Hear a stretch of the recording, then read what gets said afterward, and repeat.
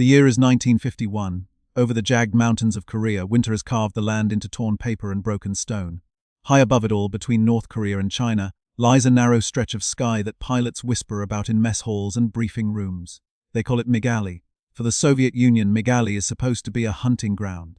Here, the 64th Fighter Aviation Corps flies the MiG-15, a sleek, swept-winged silver predator that shocked the Western world the first time it appeared in combat.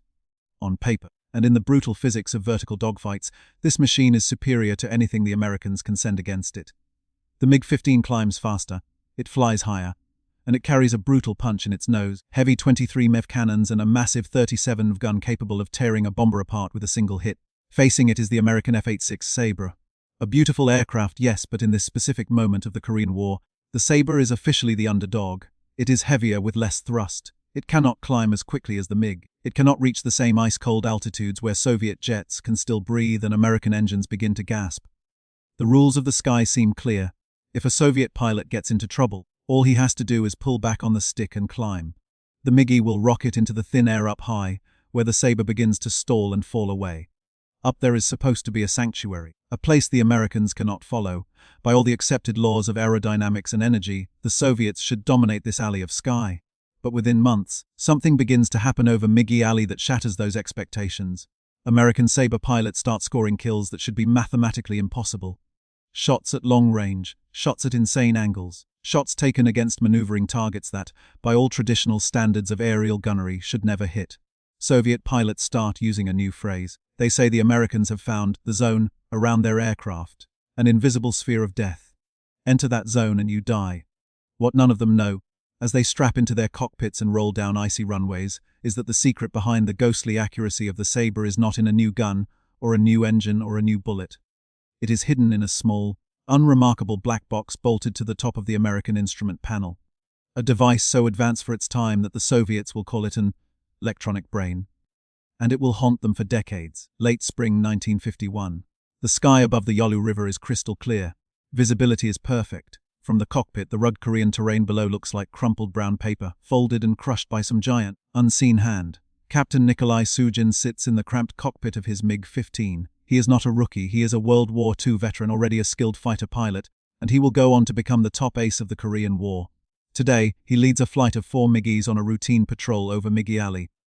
In front of him, instruments steady, engine humming, the faint vibration of jet-age power.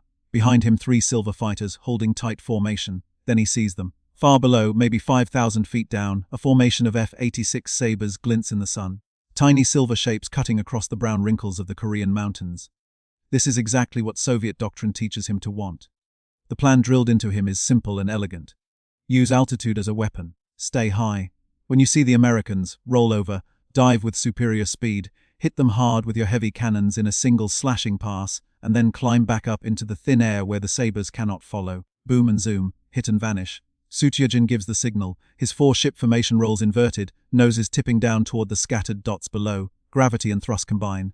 Speed pours into the airframes. 4 MiGs scream down out of the sky like falling silver arrows. The airspeed indicators race upward. 600 miles per hour, 650. Compressibility begins to buffet the aircraft. The structure shivers, riding the edge of the sound barrier. Ahead, the Sabres finally spot the incoming attack. The American formation blows apart.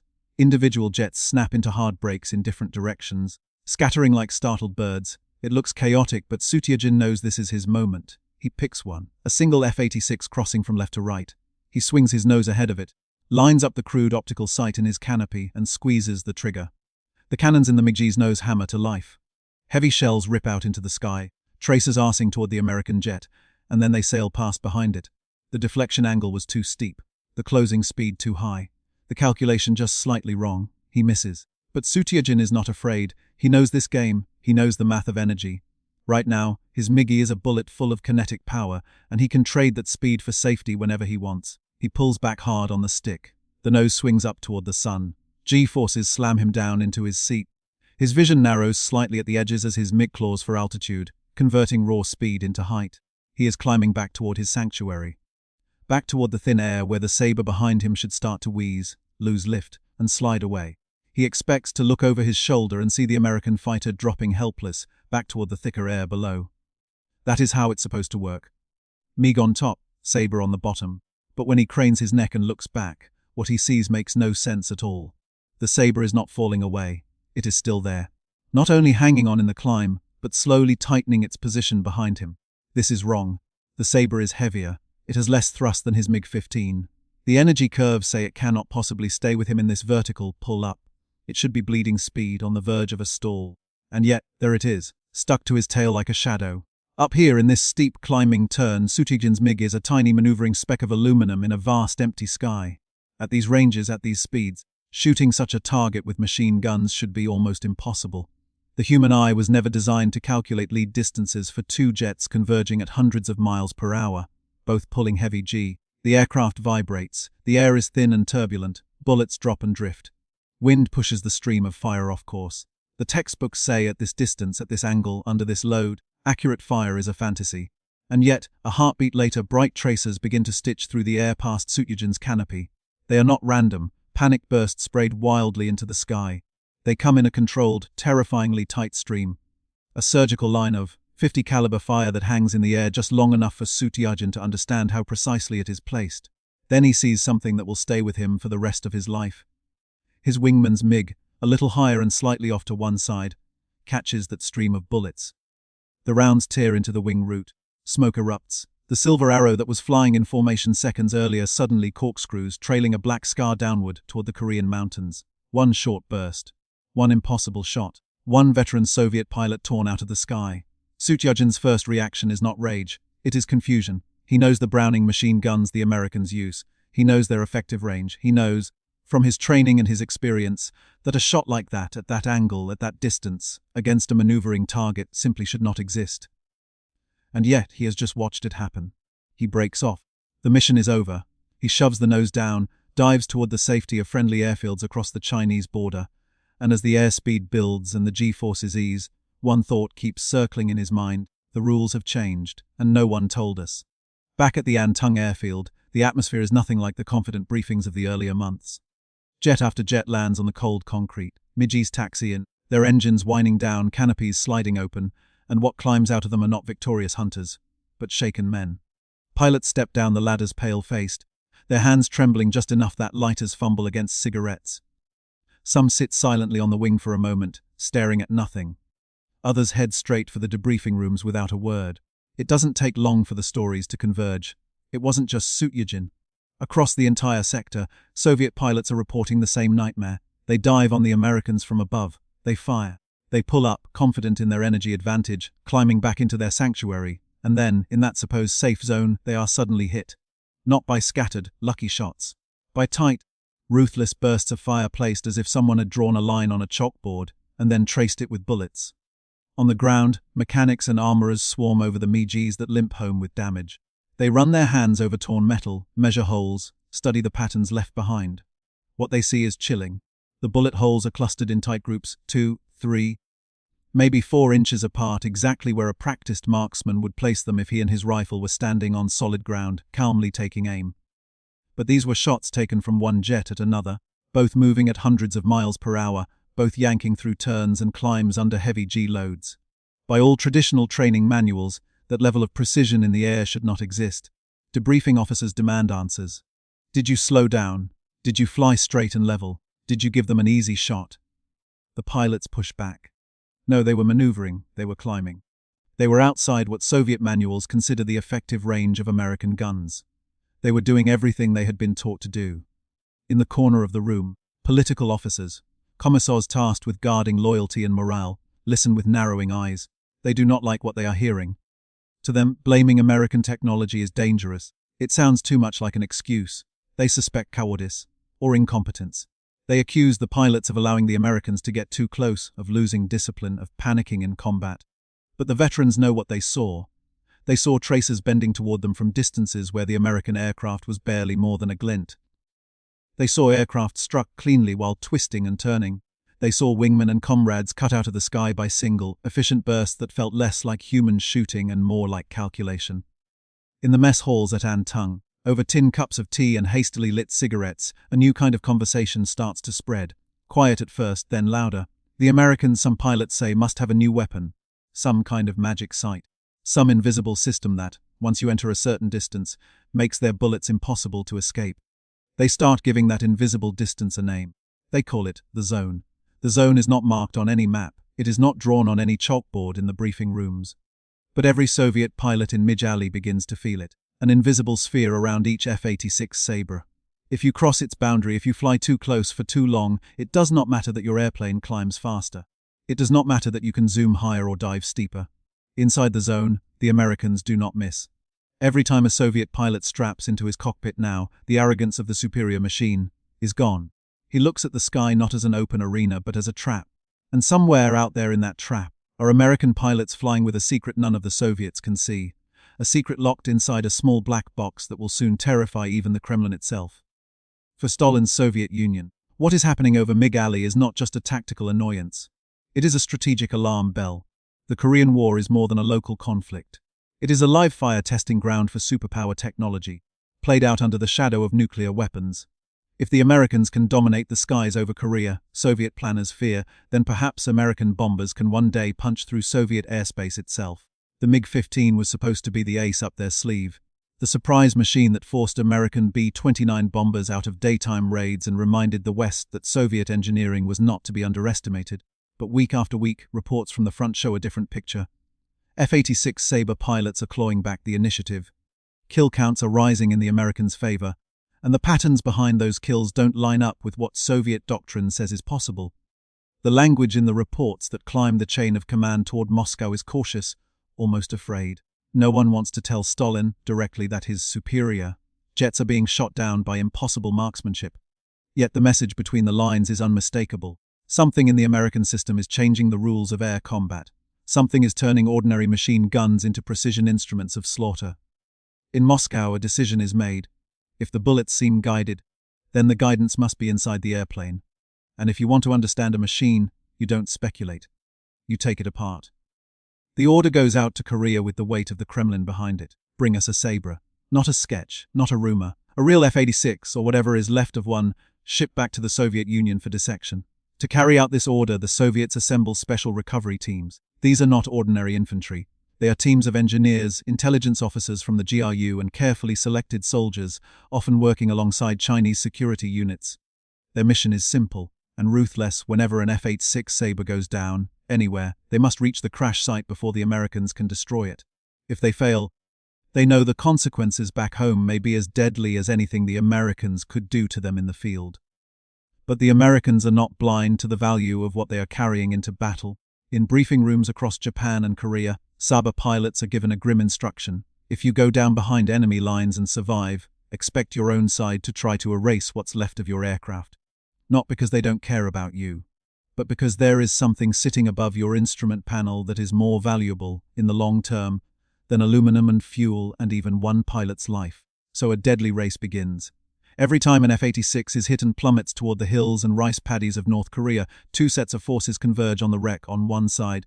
Soviet-led teams fighting through artillery and small arms fire to reach the crash and pull anything useful from the debris. On the other, American combat search and rescue units, often escorted by Navy Corsairs or Sky Raiders, ready not just to pull out their own pilot, but also to burn their own technology to ash. Again and again, American aircraft sweep down low over Sabre wrecks behind enemy lines, strafing with guns and unloading napalm to make absolutely sure that whatever secrets were inside those cockpits do not survive. For the Soviets watching from a distance, this behavior is almost worse than the losses they are taking. It means the Americans know they are hiding something worth killing for. Something worth destroying even when it has their own flag painted on its tail. In the dim light of field HQs and intelligence bunkers, Soviet officers gather around maps of MiG Alley, marking every known F-86 loss and every failed attempt to recover useful wreckage. The more red circles appear, the more one question grows in their minds: what is in that airplane that the Americans fear so much? In the deep winter of 1951, the Soviets finally get a break. Along a stretch of tidal flats near the Korean coast, an F-86 Sabre goes down. This time the crash is different. The jet doesn't explode mid-air. It doesn't disintegrate against a rocky mountain. Instead, it comes down hard into soft, sucking mud. The impact is brutal, but survivable. The pilot ejects and is plucked out by an American rescue helicopter. The wreckage itself, though battered and scorched, does not burn completely paste. Text as the tide comes in, seawater and mud flood around the broken fighter, cooling it, smothering any lingering flames. And then, almost helpfully, hiding it from prying eyes in the sky, American spotter planes pass overhead, but see nothing clearly worth reporting. By the time they know a Sabre has gone down and try to pinpoint the crash, the wreck is already half swallowed by murky water and shadow. Under the cover of darkness, Soviet and Chinese recovery teams move in. Hundreds of local laborers, supervised by Soviet advisors, wade into the cold, sucking mud with cables and makeshift tools. Slowly, inch by inch, they drag the broken carcass of the F-86 out of the tidal flat. The once sleek fighter now looks like some wounded sea creature, coated in sludge and bent metal. They haul it onto a flatbed truck. They cover it with tarps and hay, disguising it as just another anonymous load heading north. The convoy crosses the Yalu River into the relative safety of Manchuria. From there, the prize is loaded onto a train bound for the Soviet Union itself, its final destination the Central Aero Hydrodynamic Institute and other secret weapons bureaus near Moscow. After months of chasing smoke and wreckage, the Soviets finally have what they wanted: a Sabre, body and, hopefully, brain. In a sterile laboratory far from the mud and blood of MiG Alley, Soviet engineers swarm the recovered jet like surgeons. They strip off twisted skin panels, they unbolt shattered wings, they examine every control linkage and hydraulic line. But for the ballistics experts, the path is clear: go straight for the nose.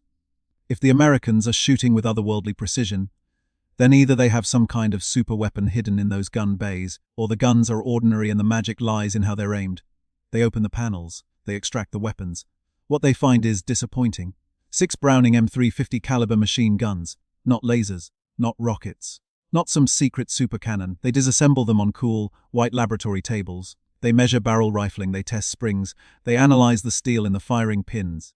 The report that eventually crosses Stalin's desk is dry and technical, but its implication is shocking. These guns are essentially the same type of 50 caliber weapons the Americans used in World War II, only tuned to fire faster, around 200 rounds per minute. They are powerful, yes, but they are not extraordinary. They are not explosive cannon shells like those on the MiG-15. They are not guided. They are not special. So if the gun is primitive, then the magic must be in the aiming. The investigation turns to the cockpit. Inside, the canopy is cracked. The instrument panel is warped by impact and corrosion from seawater. Gauges are bent, needles frozen. But sitting in the most prominent position, bolted to the top of the panel behind a slab of armored glass, is a compact, boxy device with a small glass plate, the gun sight. The technicians unbolt it from its mount and lift it free.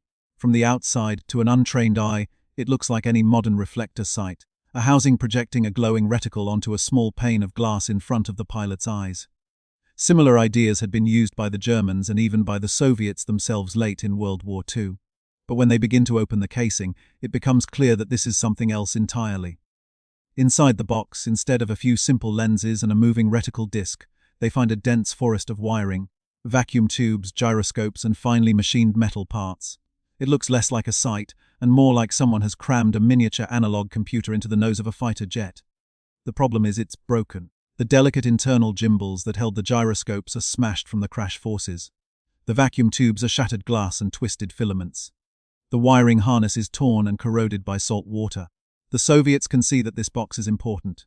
They can map out some of its connections. They can tell that a cable runs from the site toward a small intake in the jet's nose, the housing of a compact radar set. Radar ranging. One engineer mutters. They are using radar to measure distance. This is in itself a significant discovery. It confirms that the Americans are tying radar into their gunnery systems in a way the Soviets have only been sketching on paper. But there is a fatal flaw in what they conclude next. They assume that the radar's job is simple: to tell the pilot how far away the target is, perhaps by changing the size of the reticle or displaying a range number on the panel. A high-tech rangefinder. What they do not yet understand is that this sight is doing something far more ambitious than just showing range. It is trying to solve, in real time, the hardest math problem in air combat. Where will the enemy airplane be in a tiny fraction of a second? And where must you point your guns so that your bullets and that airplane arrive at the same place at the same time? For now, all the Soviets know is that they are holding a shattered ghost in their hands. They can see its bones, but they cannot make it speak. So they turn to the only other source of information they have about the box: the men who have used it in combat, captured American pilots. In the grim, smoke-filled rooms of North Korean prison camps and makeshift interrogation centers, captured American pilots find themselves facing Soviet officers and translators who are interested in something very specific. They are not asked about invasion plans, not at first. They are not pressed for nuclear secrets or grand strategy. Instead, again and again, the questions circle back to one piece of equipment: the sight, the box. How do you aim your guns? The interrogators demand. Do you use the rudder to calculate lead? Do you estimate deflection manually? Many of these American pilots are exhausted, wounded, and scared. They know they are supposed to say as little as possible about sensitive technology. Some have been briefed specifically to avoid talking in detail about the A-series sights. So some of them play dumb. Others, perhaps honestly, admit that they don't really know how the electronics inside the box work. They give an answer that infuriates their captors. I just put the pipper on the target and pull the trigger. To a Soviet interrogator who has flown or studied air combat, that answer is an insult. At 600 miles per hour, with two jets crossing at high angles and pulling G, if you simply aim directly at where the enemy looks right now, your bullets will pass behind him every single time. You must lead. The Soviets insist. You must aim ahead. How do you calculate the lead? I don't. One American pilot says. The box does it. The box does it. That short, simple sentence travels a long way. From the interrogation rooms to intelligence reports. From reports to briefings. From briefings to the ears of senior officers in Moscow. Soon, in the mess halls of Soviet air bases in Manchuria and Korea, pilots are no longer calling it a gun sight. They are calling it an electronic brain. Rumors explode. One particularly disturbing theory claims that the Americans have connected this electronic brain directly to the flight controls of the F-86. According to this rumor, once the Sabre locks onto a MiG, the airplane effectively flies itself into the perfect firing position. The pilot in the cockpit becomes little more than a passenger, they're only to press the trigger when a light goes on. It is a terrifying idea. You can outfly a man. You can trick him, scare him, force him into mistakes. But how do you outfly a machine that never gets tired, never gets scared, and solves the math faster than any human brain? Another rumor spreads that the electronic brain can see through cloud and darkness. That the Americans can hunt MiGs even in weather where Soviet pilots rely on their instruments alone, blind to enemy positions while some invisible radar eye calmly calculates the kill solution. For Soviet pilots, bad weather had once meant a kind of safety. Now, they begin to imagine invisible radar beams sweeping through the cloud, tying into that black box, quietly painting them for an unseen firing solution. Meanwhile, Soviet engineers, working with only a smashed example of the sight and distorted pilot testimonies, cling to a dangerous assumption. They believe this American electronic brain must have the same weaknesses as their own early gyro sights. Their best domestic sight, the ASP-1, uses mechanical gyros that are slow to react. Under hard turns, its reticle wobbles and lags behind reality, sometimes taking 2 or 3 seconds to settle. In a dogfight, 2 seconds can be an eternity. So they convince themselves that the American sight must behave the same way. If the reticle is gyro-stabilized, it must also need time to settle. It must also struggle if the pilot throws the airplane around violently. From this, they derive a new tactical doctrine, one that will, ironically, kill even more of their own men. They decide that the Americans must fly smoothly to make their sight work. Therefore, the way to defeat the electronic brain is to do the opposite. Shake the Sabre. Fly wild, fly violently. Use brutal, energy-bleeding maneuvers to confuse the enemy's magic box, to make its gyros tumble and its calculations fail. Orders go out to Soviet squadrons. Do not give the Americans a steady target. If you get close, if you enter what pilots are now calling the zone, pull every violent maneuver you can think of to shake their aim off. It is a doctrine born not from understanding, but from fear. And the tragic irony is this: by flying in wild, wasteful maneuvers, Soviet pilots are bleeding away the one real advantage their MiG-15s possess: energy, speed, climb. They are trading away their vertical sanctuary in a desperate attempt to confuse a computer they do not understand.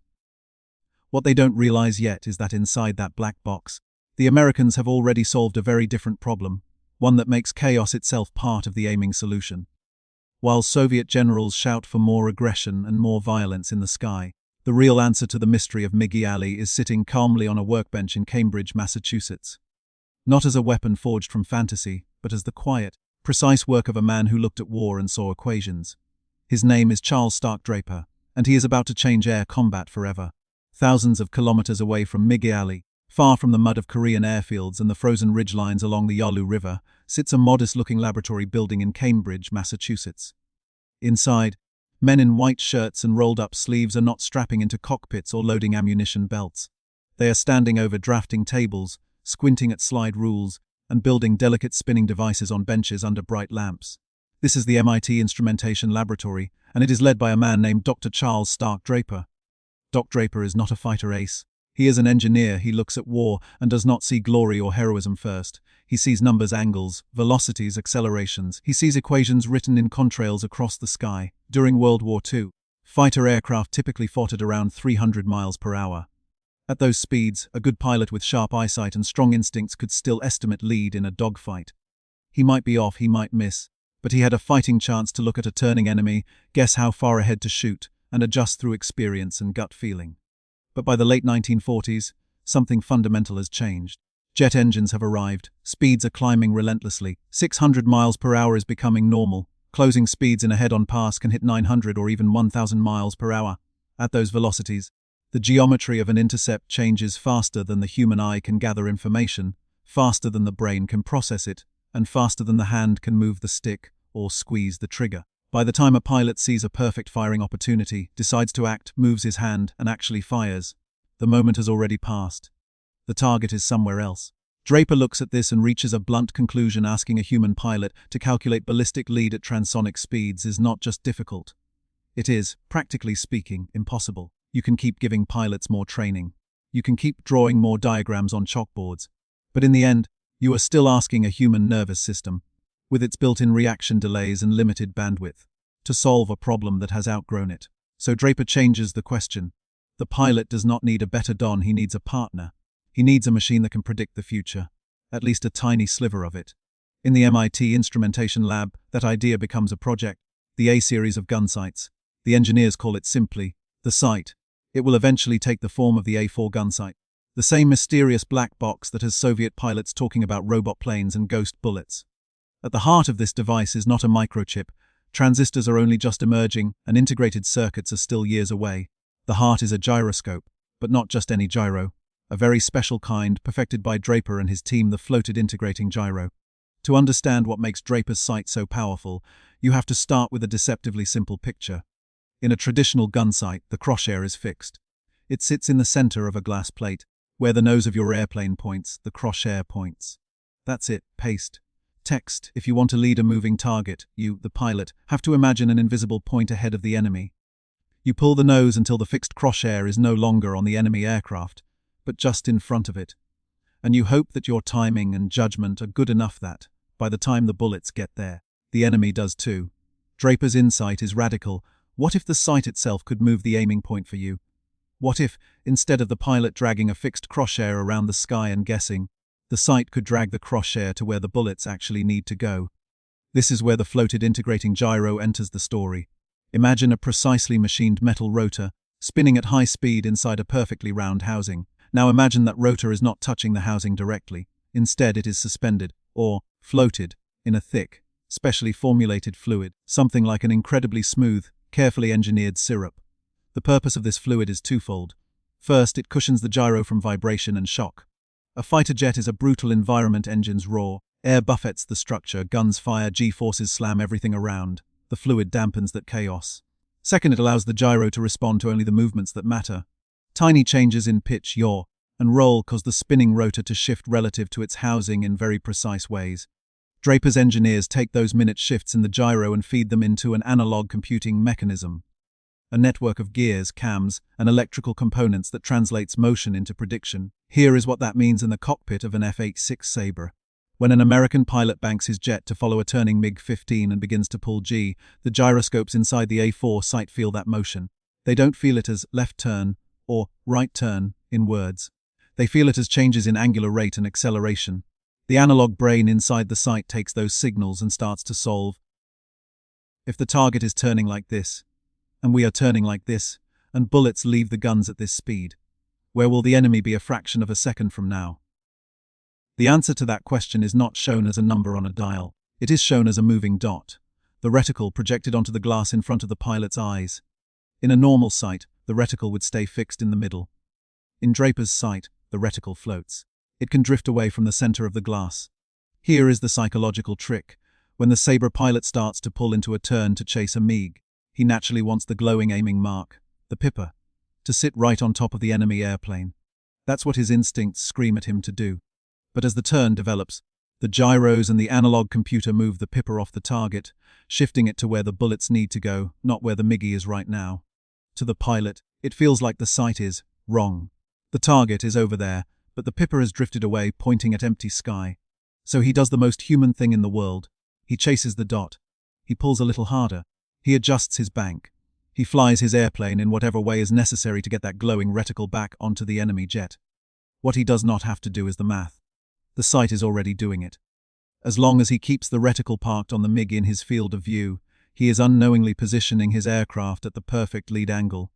The analog computer is constantly offsetting the Pipper so that it marks not where the MiG is, but where it will be when the bullets arrive. The pilot's job is reduced to something disarmingly simple. Put the symbol on the target. Hold it there. There is still one missing piece, however. To solve the ballistic problem completely, the computer doesn't just need angles and turn rates, it needs distance. In World War II, sights tried to approximate range by having pilots twist knobs to match the width of the enemy's wingspan in the reticle, a slow, error-prone process.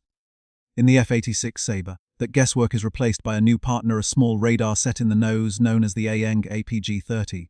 If the gyro-stabilized sight is the brain and eyes of the system, the AN APG-30 radar in the nose of the F-86 is its sense of depth. This radar is not a giant spinning dish. It has no sweeping screen in the cockpit, no dramatic submarine movie glow. It is small, purpose-built, and ruthlessly focused on one job: measure how far away the target is. As the Sabre closes in on a MiG-15, the radar emits pulses that bounce off the target and return. From the time delay between sending and receiving those pulses, it calculates the range: 2,000 feet, 1,500, 1,200. Of that range information is fed directly into the A4 site's analog computer. Now, instead of guessing at distance based on apparent size, the system knows in real time exactly how far away the MiG is. Combine that with what the gyros know, how fast and in what direction the Sabre is turning, and what the engineers have built into the system: bullet velocity, drag characteristic, air density, and you have something unprecedented in fighter combat: a closed-loop aiming system. Gyros measure motion. Radar measures distance. The analog computer integrates it all and moves the reticle to show the correct point in space to shoot. The pilot, staring through his gun sight, sees just one thing: a glowing symbol dancing in front of him. He does not see the equations being solved underneath. His experience is almost game-like. He lines up behind a MiG, hears the tone or sees the cue that the radar has locked range, watches as the Pipper floats, and simply works to keep that glowing marker plastered onto the enemy aircraft. When he squeezes the trigger, a short burst of .50 caliber fire leaves the gun barrels and travels along the invisible path the computer has already predicted. Even if the MiG is turning, even if the MiG is climbing, even if the geometry is complex, the G-forces heavy, and the closure rate extreme, the Sabre pilot doesn't have to think about any of that. To a Soviet pilot watching from the outside, it looks like black magic. They see the Sabre fire short, disciplined bursts, not long sprays. They see those bursts walk straight into critical parts of MiGs at ranges where, by traditional standards, no one should be hitting anything at all. From inside the Sabre cockpit, though, it simply feels fair. The pilot has a machine that helps him do what he already wanted to do: put a sight on a target and shoot, without asking him to be a human calculator on top of everything else. The result is brutal in its implications. Average pilots, the kind who might have struggled to judge lead by eye in World War II, suddenly find themselves scoring consistent hits. Good pilots, the ones with natural instinct and aggression, become aces at a terrifying pace. This is why the US Air Force treats the A4 site and its associated equipment as crown jewels. This is why, when Sabres crash behind enemy lines, American aircraft race in to burn the wrecks before the Soviets can pry that box out of the cockpit. And it is why, when the Soviets finally get an intact example of the site, what they see inside will shake their confidence in ways no mere gun ever could.